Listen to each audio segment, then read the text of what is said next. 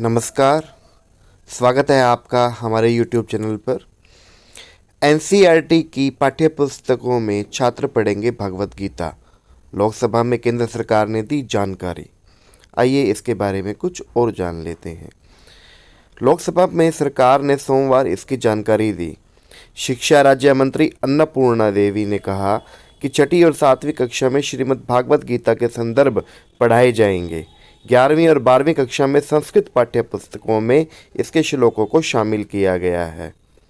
इसके साथ ही अखिल भारतीय तकनीकी शिक्षा परिषद यानी कि एनसीईआरटी की पाठ्य पुस्तक में अब श्रीमद् भागवत गीता को शामिल किया गया है। लोकसभा में सरकार ने इसकी जानकारी देते हुए कहा, छठी और 7वीं कक्षा में श्रीमद् भागवत गीता के संदर्भ और 11वीं और 12वीं कक्षा की संस्कृत पाठ्य पुस्तकों में इसके श्लोकों को शामिल किया गया है।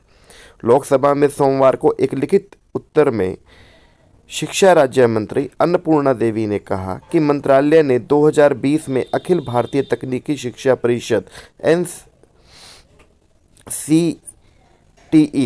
NICTE में भारतीय ज्ञान प्रणाली IKS प्रभाग की स्थापना अंतः विषय और ट्रांसडिसिप्लिनरी को बढ़ावा देने, भारतीय ज्ञान प्रणाली के सभी पहलुओं पर अंतः विषय और अंतर अनुशासनात्मक अनुसंधान को बढ़ावा देने के साथ आगे के अनुसंधान और सामाजिक अनुप्रयोगों के लिए IKS ज्ञान को संरक्षित और प्रसारित करने की दृष्टि से की थी।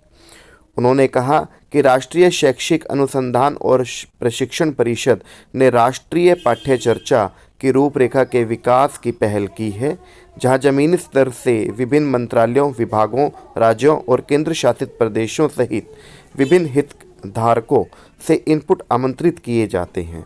अन्नपूर्णा देवी ने कहा कि राष्ट्रीय शिक्षा नीति 2022 पैरा 4.27 भारत के पारंपरिक ज्ञान को संदर्भित करता है, जो टिकाऊ है और सभी के कल्याण के लिए प्रयास करता है। उन्होंने कहा, इसी शताब्दी में ज्ञान शक्ति बनने के लिए हमें अपनी विरासत को समझना चाहिए और दुनिया को काम करने का भारतीय तरीका सिखाना चाहिए।